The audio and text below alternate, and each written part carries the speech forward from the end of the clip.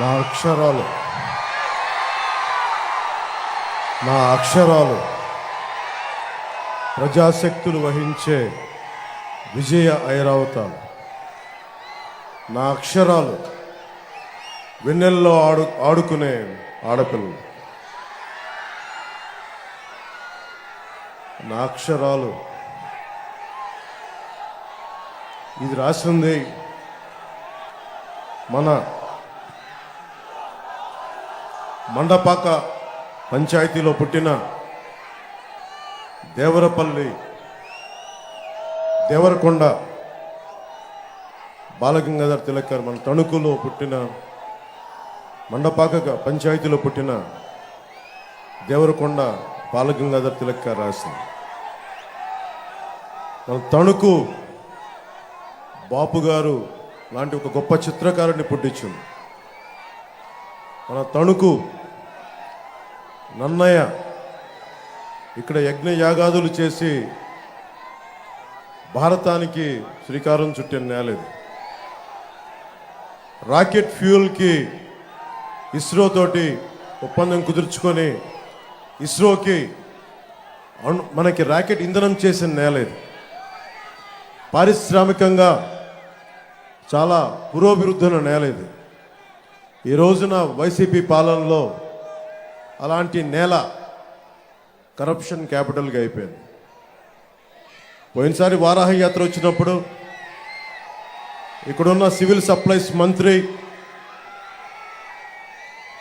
ఒక రైతుని ధాన్యం తడిచిపోయి మొలకలు వచ్చినాయి అంటే మొలకలు వస్తే ఏం చేస్తాం, మొలకలు రాకపోతే ఏమొస్తాయి అని చాలా చిత్కారంగా మాట్లాడి రోజు అన్నం పెట్టే రైతుని ఏడిపించిన విధానం నాకు చాలా బాధ కలిగించింది. అన్నం పెట్టే రైతుని ఏడిపించిన ప్రభుత్వం, ఏడిపించిన ఆ సివిల్ సప్లైస్ మంత్రి కొడుకు సర్వం ఈ ఎన్నికల్లో తుడిచిపెట్టుకుపోవాలి.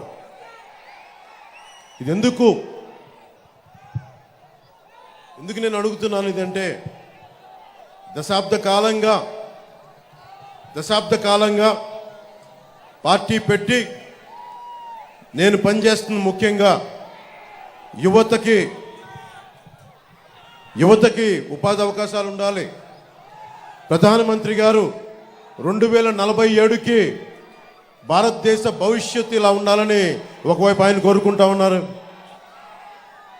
బలమైన నాయకులు, అనుభవం గల నాయకులు, ముఖ్యమంత్రిగా సుదీర్ఘ అనుభవం ఉన్న వ్యక్తి, 90 ఆఖర్లో 2020 విజన్ అని చెప్పి ఒక సైబరాబాద్ సిటీ లాంటి, మాదాపూర్ లాంటి సిటీకి రూపకల్పన చేసిన వ్యక్తి, దానికోసం శ్రమించిన వ్యక్తి.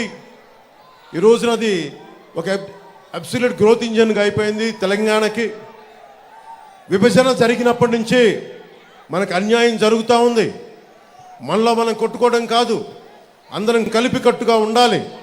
2014 నుంచి మనకి పార్టీలు విడిపోకుండా ఉండాలి. ఎవరికాళ్ళు సొంతంగా చేస్తే మళ్ళీ దుర్మార్గులు రాజ్యాలు వెళ్తారు. 2014 నుంచి ఆ రోజు నేను ఇక్కడ శ్రమ పడతా ఉన్నాను. దాంట్లో భాగంగానే 2014లో అరివిల్లి రాధాకృష్ణ గారు మొట్టమొదటిసారిగా ఎమ్మెల్యేగా ఎన్నికయ్యారు. ఇది నేను కోరుకుంటుంది. మీకు ప్రభుత్వం చూడండి ఎలా ఉందో. పోలవరం ప్రాజెక్ట్ అయ్యిందా అని అడిగితే ఆ పోలవరం ప్రాజెక్ట్ ఇరిగేషన్ ముఖ్యమంత్రి డ్యాన్సులు చేస్తూ ఉన్నాడు. ఓలమ్మి తిక్కరేగిందా, ఒళ్ళంతా తిమ్మిరెక్కిందా అని చెప్పి ఇలాంటి పాటలకి డ్యాన్స్ ప్రాక్టీస్ చేస్తూ ఉంటాడు.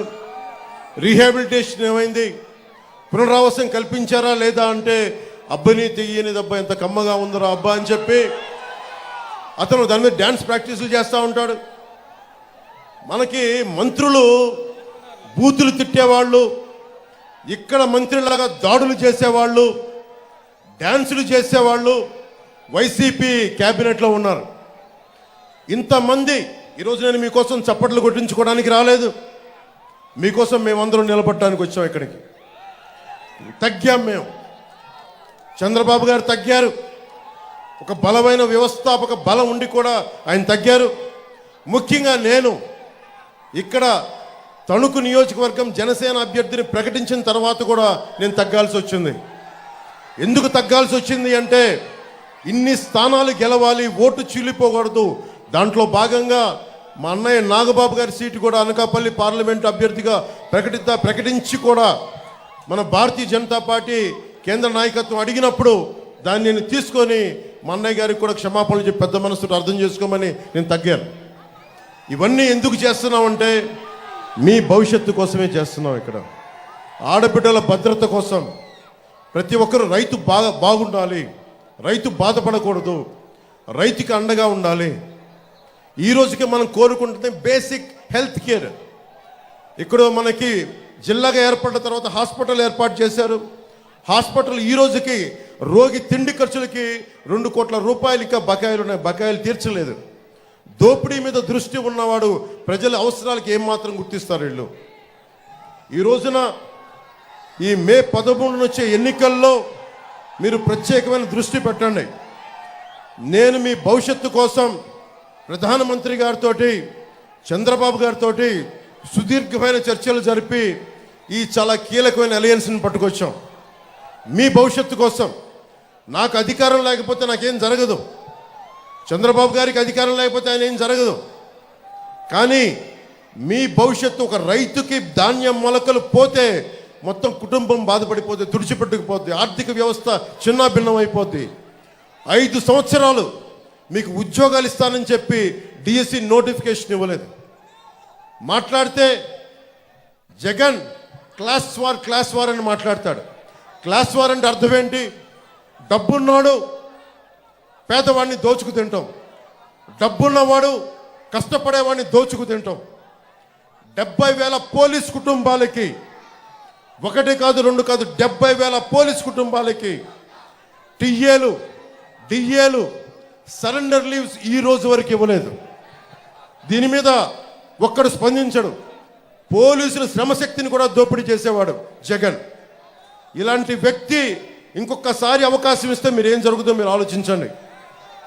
మేము రోడ్ల మీదకి వచ్చి కొట్లాడాల్సి వస్తుంది. మీ భవిష్యత్తు కోసం ఉన్న ఇక్కడ మంత్రిని చూశారు, సివిల్ సప్లైస్ మంత్రినే. కొడుకు ఒకవైపు, అతను అనుచరులు ఒకవైపు, కనీసం వాళ్ళ దోచుకున్న సొమ్ముతోటి కనీసం ఇక్కడ పరిశ్రమలు కూడా పెట్టలా. ఎక్కడో తెలంగాణలో బాలానగర్లో ఇక్కడ కూర్చొని స్టీల్ ఫ్యాక్టరీలు పెట్టుకున్నారు. అక్కడికి వెళ్ళి ఇక్కడ దోచేసిన డబ్బుతోటి, ఇక్కడ టీడీఆర్ బాండ్లతోటి దోచేసిన డబ్బుతోటి వెళ్ళి తెలంగాణ హైదరాబాద్లో బాలానగర్లో ఫ్యాక్టరీలు పెట్టుకున్నారు. కనీసం అవినీతి డబ్బుతోటి కనీసం ఇక్కడ పరిశ్రమలు పెట్టినా కానీ కొద్దిమంది కనీసం ఉపాధి అవకాశాలను వచ్చిండే. వాడు కనీసం ఆ జ్ఞానం కూడా లేదు ఆ మనుషులకి. ఇది మీరు చాలా ఆలోచించి నిర్ణయం తీసుకోండి. మాకేమవ్వదు. ఆయన చాలా గుండె దిట్టు ఉన్న నాయకుడు. ఆయన జగన్ అకారణంగా ఆయన జైల్లో పెడితే నేను వెళ్ళి చూస్తే ఆయన ఏం బెదర్లా బలంగా నిలబడి ఉన్నాడు. ఆయన దేనికి బెదిరే వ్యక్తి కాదు ఆయన. కానీ నాకు అనిపించింది, ఏదైతే మాట ఇచ్చానో 2021లో వైసీపీ వ్యతిరేక ఓటు చీలకూడదని చెప్పి నేను పదే చెప్పాను. అదే మాట మీద కేంద్ర నాయకత్వానికి తెలియజేశాను. నేను తగ్గాను. నన్ను కావాలంటే విమర్శించారు. ఎందుకు నిలబడ్డానంటే ఆంధ్రప్రదేశ్ యువత, ఆంధ్రప్రదేశ్ భవిష్యత్తు పాడవకుండా ఉండాలంటే నేను ఒక పిసరు తగ్గితే నేనేం తగ్గిపోను. ఎక్కడ నెగ్గాలో కాదు, ఎక్కడ తగ్గాలో తెలియాలి. దేనికి తగ్గాను నేను? ఇక్కడ అభ్యర్థిని అనౌన్స్ చేసిన తర్వాత కూడా ఎందుకు తగ్గాల్సి వచ్చింది అంటే, మా వాళ్ళు ఒకళ్ళు తగ్గుతారు కానీ మీరు గెలుస్తారు, మీకు ఉపాధి అవకాశాలు వస్తాయి. అది దృష్టిలో పెట్టుకొని నేను తగ్గాను తప్ప పార్టీని తగ్గించాలని కానీ కూడా కాదు. ఎందుకంటే 4 దశాబ్దాలుగా ఒడిదుడుకులు తీసుకున్న వ్యక్తి, ఆయన అనుభవం కావాలి. అలాగే నేను ఎక్కడ సమస్య ఉన్నా, ఉదాహరణకి ఉద్దానం కిడ్నీ సమస్యకే 2014లో ఆయన మీద నాకు ఉన్న గౌరవం ఏంటంటే, 2014లో ఉద్దానం కిడ్నీ సమస్య అప్పుడు గుర్తించి శ్రీకాకుళం వెళ్ళి నేను తిరిగితే ఆయన దృష్టికి తీసుకొస్తే 24 గంటలు తిరక్క ముందే మొత్తం ఉన్నతాధికారులు బృందాన్ని పిలిపించి మంగళగిరిలో కూర్చొని, క్యాంప్ ఆఫీస్లో కూర్చొని మొత్తం ఏం చేయాలని చెప్పి వెంటనే తక్షణంగా దానికోసం ఒక రిలీఫ్ ప్రోగ్రాం చేశారు. వెంటనే ఏమేమి రెమెడియల్ మెజర్స్ తీసుకున్నారు.